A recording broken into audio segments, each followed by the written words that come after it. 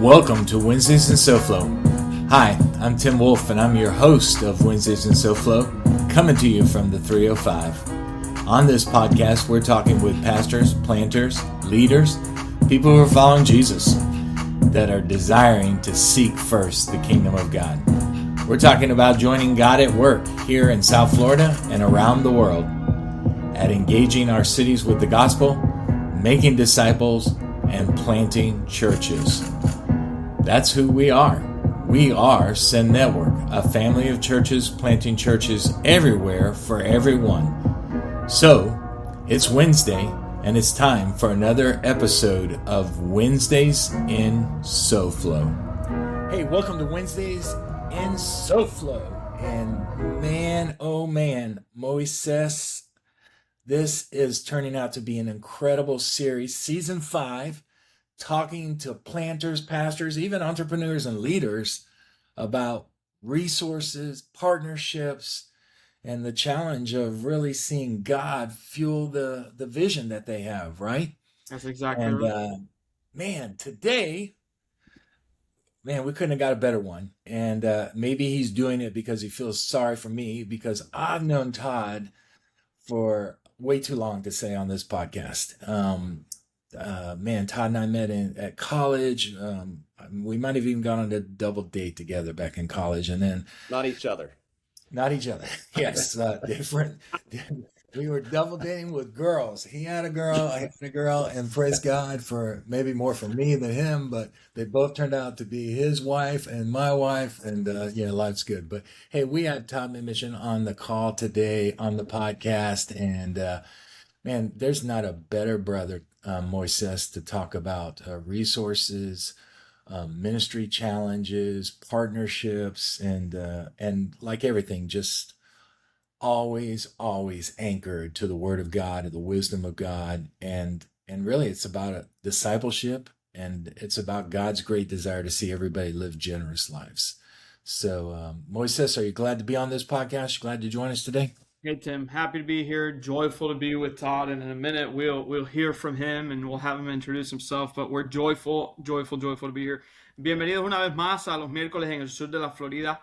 Estamos contentos de seguir a través de nuestras series de buscando asociaciones y partnerships en nuestras áreas de plantación de iglesia. Conmigo tenemos a nuestro hermano Tim Wolf, nuestro misionero de la ciudad, y estamos abundantemente contentos de estar juntos. También con nosotros tenemos a Todd McMichen, un querido amigo de Tim y ahora un amigo mío, pero ellos se conocen hace mucho tiempo. Todd ha pastoreado un tiempo y pues en un momento él se va a introducir, pero estamos emocionados de estar aquí juntos. Like I said, man, we're excited to be together. Todd, thank you so much for Yes. jumping on with us, brother. Could you tell us a little bit about your family, your ministry? Let's hear about you, brother. Well, thanks for having me on. So glad to get connected with you guys. I am a Florida person, born and raised Florida. Planted 2 churches in South Florida back in the day when it was called the Home Mission Board. Planted a church here in Alabama where I live right now. I've been living in Alabama for 25 years. Got 2 grown kids, 3 grandkids, Mm, and actually 2 grandkids with a third on the way. let's go. And I get to wake up every day and get to be myself. And I've figured out over the last 25 years how to get paid for being myself. And it's been an awesome way to live. That's awesome. That's awesome. I love the way you frame that out. I get to be myself. That's so good. Todd, once again, man, thanks for being here. Todd is kind of an expert, right? A subject matter expert regarding partnerships. And so we're excited as we jump in. Todd, we'll just jump into this question. We'd love to hear your heart, what your thoughts are regarding partnerships. And the question, in essence, is this: Todd, what are the most common fears that you see in new church planters about money? Well, it's kind of like the boogeyman that lives under the bed, right? As a kid, you're always afraid, terrified, Mm, run into your mom and dad's room. And of course, it was always invisible and fake. And really, what we fear is something that's not real. And mm, it's the fear that something bad is going to happen when we talk about generosity. mm, And so I try to help planters, pastors. I'd never have to help people in my small group. Lay people get this just by the way they live, but I always help planters and pastors just kind of intuitively ask yourself, how does generosity feel in your personal life? Mm, So I use the example of buying a Christmas gift or buying a birthday present for somebody. Like that, none of us begrudge that kind of behavior, right? We're constantly thinking in advance about the most meaningful gift. We're excited to give the gift. We can't wait to see the expression on their face and the joy that's that good. comes with all of that, right? So that's giving. That's giving. And everything else is the boogeyman under the bed, right? And so we serve a generous God. We are made in the image of the generous God. Man, that's so And good the, to hear. and those things are not leading the game oftentimes. It's the fears and it's the boogeyman under the bed that doesn't even exist. Mm, So good. That's so good. Yo le pregunto a Todd, para escuchar sus pensamientos sobre la idea de que por qué aún muchos plantadores que están comenzando, lanzando, tienen este miedo del dinero.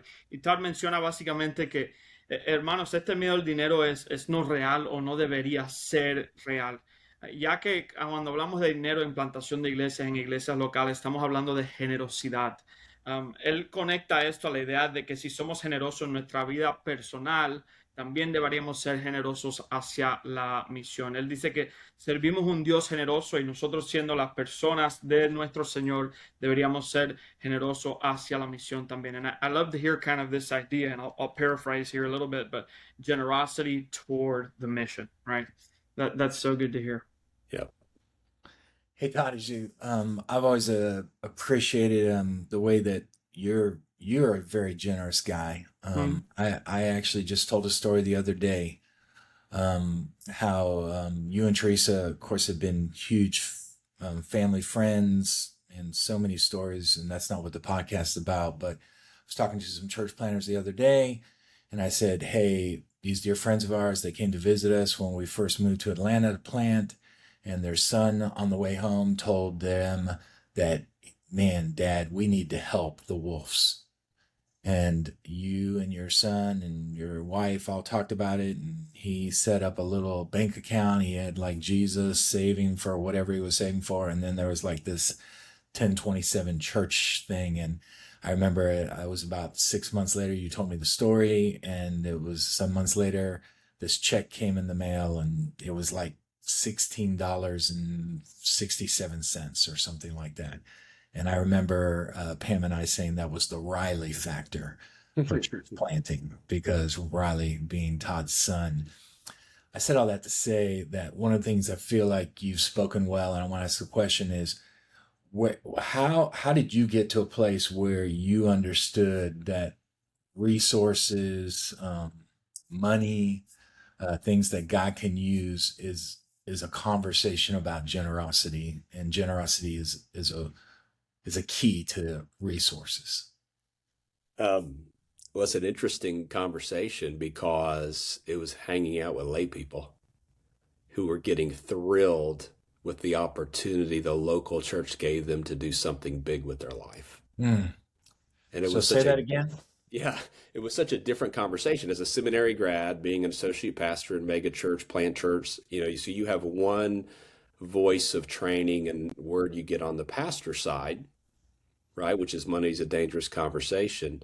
But yet then I'd always just be hanging out with the marketplace men in the church, and they would be speaking as if giving to the church and getting to be a part of the mission was the greatest gift of their life. It allowed them to Mm. do something big they couldn't do on their own. And Mm. they were always looking for the next thing to get to be a part of. And it was Mm. actually through engagement with business people Mm. that helped me understand something that I wasn't learning on the pastor side of my experiences. That's kind of encouraging, right? The idea that this came from lay elders. Life is more than paying bills and surviving, right? We can do more with our money.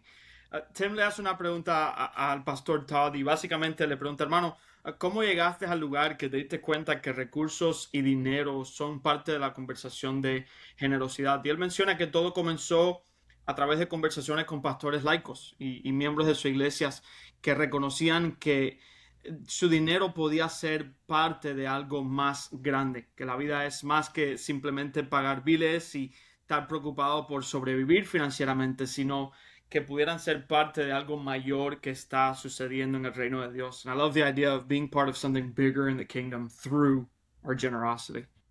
So Todd, I think about over the years, man, you've helped me as even I've tried to work and collaborate with some other guys, planters, even when our season in Georgia. And I remember one time we were sitting at a table with a young church planter, and he was talking about, planting this church, and you were helping him think this conversation about generosity, and he made some arrogant statement. And I remember you said something to the effect, you may be wrong. And what are some things that leaders, pastors, church planters are getting wrong about generosity? Well, I think let's just back up. A lot of times when I talk to pastors, I help them think, let's name some attributes of a generous person. And I'll populate a whole whiteboard with attributes of a generous person. And I tell them, hey, most generous person doesn't have to be a Christian. And we list 10, 15, 20, 25, 30. And I simply ask them, what would you give to have a church filled with people like that? And all I would say is, let's just disciple generous people. Because a generous person, it could be, what they never say? They never say the person's rich. They can never come, right? They'll say things like, man, a generous person's really good at listening. A generous person's available. Generous person always has an open hand. A generous person is faithful. I mean, it's a big list of lots of other things. And so I say, all right, isn't that what we're driving towards? And of course, we lead to the conversation of we rarely have a plan that disciples the attribute of generosity. Like we just avoid it altogether. But when you look at it in those kind of human terms, it all of a sudden it becomes really accessible. And that's almost encouraging. Thought of the accessibility beyond financial resources and this list of attributes that makes it attainable. Tim le pregunta a Todd, hermano, ¿cuáles son algunas cosas que ves líderes, pastores e iglesias haciendo incorrectamente en referencia a la generosidad? Él menciona que antes de nada conversar primero qué son los atributos de una persona generosa. Y él usualmente cuando tiene esta conversación hace una lista de cosas y atributos de estas personas generosas. Ahora la pregunta es esta: ¿qué harías por tener una iglesia llena de personas generosas? Discipular personas generosas y traerlos al reino del Señor. Y cuando él menciona los atributos, no son necesariamente finanzas ni que la persona es millonaria o rica, sino que una persona generosa escucha bien, está disponible, tiene las manos abiertas, es fiel hacia el reino. La idea es buscar personas así y añadirlas al reino para seguir esos atributos de la generosidad. And I love that idea of discipling people like this who are already faithful, available, they listen well. That's so good. Yeah, so let's kind of keep that thread going, Todd, and because I think that was for me another shift that I picked up from you as this conversation about resources really became about generosity. Then for me, I started over these years seeing some bits and pieces, you speaking into me, partnering, all these different things that really it became more about making disciples that have generous attributes, right? Or that should be like a huge part of the attribute. So what would you say to the church planter that says, hey, it's day one, I'm going to wait till year 2 to start talking about generosity and finances, or even like what it takes to plant this church financially? Yeah, so I think as a church planter, you have the benefit of creating your own mistakes, right? And so there is a day you're going to need to talk about resourcing. Wow. And if you've spent your life as a pastor not talking about it, it's going to sound like the grinding of the gears, and it's going to sound like you're a fundraiser when you have to. So let's just go ahead and create a culture at the beginning that it's normal to talk about generosity because it's a part of our faith. And so it doesn't feel awkward at any point. So I just start with being normal, and you'll be a lot better off than avoiding the conversation. Plus, when you can talk about it when you don't need money, it gives you a lot more confidence than when your back's in the corner and you're now having a funding partner that dropped or all of your launch money's gone. And now you got to talk about it with your congregation about how they move into more of a stability role. And then it's just, you're not going to reap the result you want to reap. And now you've created a culture you've been trying to avoid. That's huge because you started off with the idea of creating the culture on day one. Right. That's so good. Tim le hace la pregunta a Todd y es una pregunta que a menudo muchos plantadores, y incluso yo mismo me he hecho. Hermanos, ¿deberíamos esperar para tener conversaciones de generosidad en la iglesia local? Todd menciona que el esperar mucho tiempo para tener estas conversaciones no es apropiado ni es correcto, sino crear una cultura de generosidad desde el primer día. Que las conversaciones de generosidad sean una parte normal de la iglesia local. Aún más, él lleva el punto más allá y tiene la idea de que el tener conversaciones sobre finanzas de la iglesia cuando no hace falta dinero urgente te ayuda y te prepara para tener la conversación confiadamente cuando sí hacen falta. And I love that idea. It's create that from day one. Talk about it when you don't need it so that when you do, you're confident in doing so. That's so good. Todd, I'm going to bounce around a little bit on this question, but it brings me back to just man, one of the rooms I got to be in with you one time, and I remember you did the whiteboard session on this, and just it kind of blew my brains. But you talked about most church plants, they're getting going, and they're going to be, especially year one, they're going to be, if you did some kind of breakdown on salary, ministry expense, missions giving, however you want to categorize those things, right? Community engagement, they're going to be, very heavy on salary, if you will, because it's like a startup company, right? And they hired the CEO to run it. Not a good reference, maybe, but it's just, and walk us through a little bit on a brief level of just as maybe they are thinking beyond year one. I remember you kind of laid out that most are at 80% or 90% salary, and that like leaves them 10% to do X. Hit maybe a couple of high points or clean that up a little bit. If you're talking, which you are, to church planners or to pastors, as you're thinking about managing this generosity, what are some things you want to, like practical steps, the best you can to frame that out?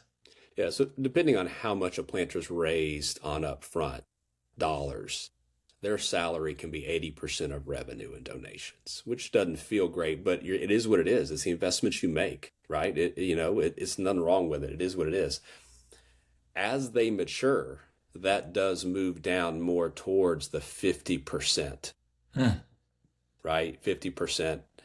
And so if you're going to start that movement, like I told my kids, if you need large sums of money, you get those slower. That's what savings accounts are for. You don't go out and get those fast. So I think we've all been pastors long enough to know that attendance comes before giving comes, right? And giving can come a long way because there's trust, relationship, there's lots of motivators to giving. And so you've got to farm those all year long so that as you're moving off of outside support, you're moving more from that 80s coming down and it's more getting in line, and you're doing it over time from day one, as opposed to this big payment that you see looming 1, 2, 3 years out and you try to make the jump all at one time. Yeah, and this is so practical, right? Even percentages. Todd nos explica un poco sobre el manejar la generosidad en una iglesia local. Él menciona algo que es animador para quizás muchos plantadores. Menciona que es normal que en los principios tiempos de una plantación, que el salario del plantador sea un 80% del ingreso de la iglesia local. También menciona la importancia de que a menudo que la iglesia va creciendo, eso baja para cubrir otras necesidades que se presentan. Él menciona que la asistencia a la iglesia viene antes de la finanza. Por tanto, trabajar para apoyar y cerciorarse que el apoyo viene de adentro y menos de afuera. La idea es cuando asociaciones vienen de afuera, pues tienen un final. Cuando apoyo viene de adentro, es más sostenible.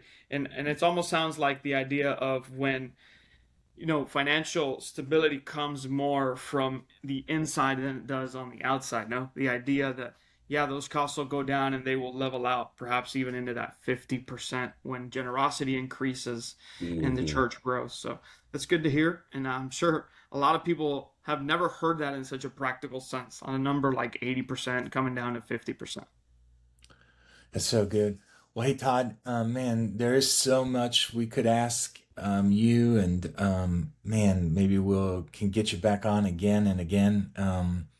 I'm hopeful that man, if you're watching this, we're gonna try to even maybe tie something up with Todd where maybe he'll help us out this year with a master class on this kind of generosity meeting the resource challenge. That's one of the things I've always said. Todd does a great job among many things, but just speaking to the challenge of the resources, right? And they are there.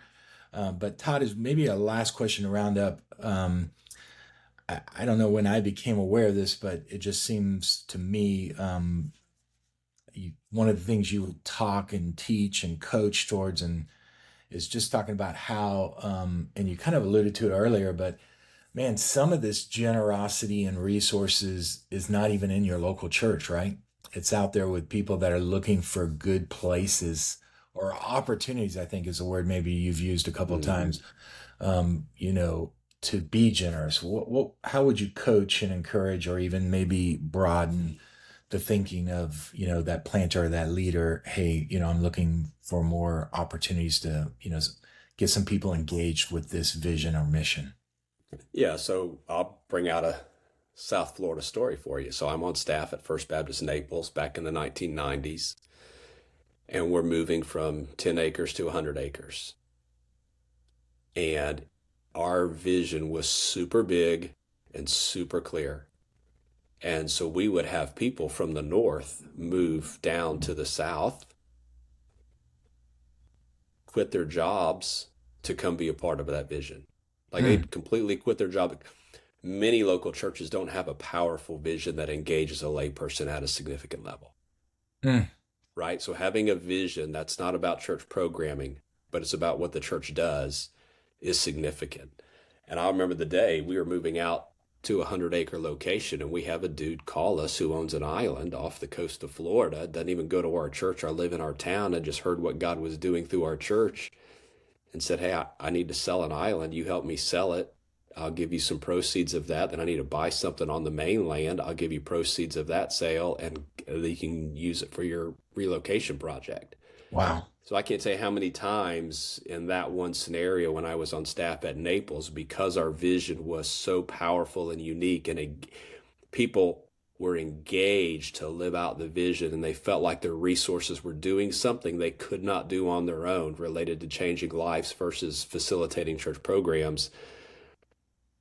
Lay people want to be, they want the opportunity. They'd much rather give to their local church that they trust than to give to an organization outside the local church, because they know if they go through the local church, you get gospel and good coming Mm, from it, right? And so it's a win-win for them, but your vision's got to be very, very clear, and it's not about programming, it's about life change. mm, Yeah, that's so good. Tim le hace una última pregunta a Todd. Le dice, hermano, ¿cuáles son la idea de algunos recursos? Y viendo que a veces hay recursos que no vienen de adentro de la plantación y la iglesia local. Él hace una historia de que él estaba pastoreando aquí en el sur de la Florida y la iglesia se estaba mudando de una propiedad a otra, una propiedad de alrededor de 100 acres. Y él menciona que muchas iglesias no tienen la visión que explica bien la dirección que va caminando la iglesia. Uh, Aquí él menciona una historia de un hermano que estaba vendiendo pues una isla privada y dijo, mira pastor, si me ayudas a venderla, pues le vamos a hacer un regalo a la iglesia, una comisión que va a ayudar a sostener este cambio. Y luego eso sucedió y sucedió nuevamente. La idea es que a menudo cuando hay una visión clara y comunicada, otras personas ven y están dispuestos a participar de maneras no tradicionales para fundar y crear recursos para la iglesia local. Él incluso menciona, muchas personas andan buscando dar a una iglesia local cual pueden confiar está haciendo un buen trabajo en su comunidad. And I love those two things. The idea that finances sometimes comes from a non-traditional way, like this island thing, which is a story I'll take home. And Right. often people are looking just to fund and be a part of their local church who they can trust is doing a good thing in their community. That's so good. Well, Moises, Todd is like I said, a dear friend and has some wonderful gifts. In some of his church planting days and or pastoring, I got to be sometimes. My family was in first season. We were in Atlanta there in Birmingham, so we got to go here and preach. And Todd always had this moment in some sermons that he queued it up and created a culture in his church where if there was that younger person in the audience sitting there that they knew that this was the moment to lean in and listen, he queued it up in a way that he had this phrase that he used that when they heard the phrase, they knew they need to listen for this next few moments. And then afterwards, they'd come up and report to their pastor, hey, during the sermon, I heard this. And in this podcast, I feel like I've heard, man, generosity. I've heard discipleship tied to that generosity and what are you wanting to disciple? And then clarity. And I've been around Todd long enough to know that, man, when there's a lack of clarity for the vision that God's birthing, not man, but God, people, they're not going to get involved.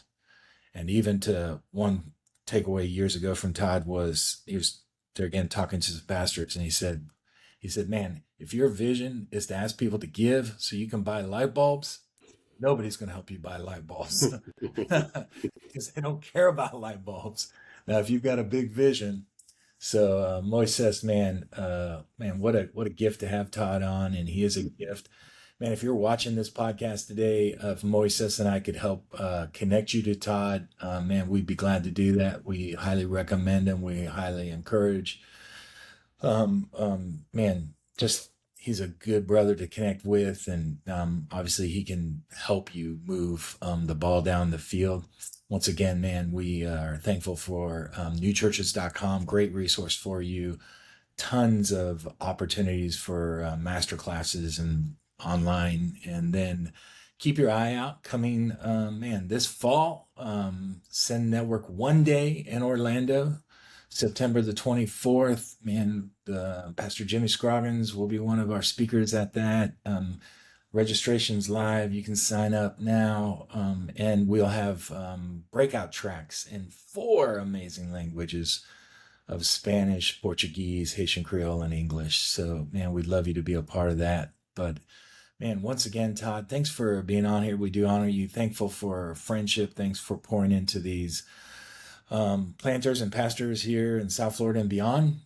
Maybe my mom will watch this and she'll be glad to see that you're still my friend, and so that'd be awesome. But until the next time, man, thanks for joining us on Wednesdays in SoFlo.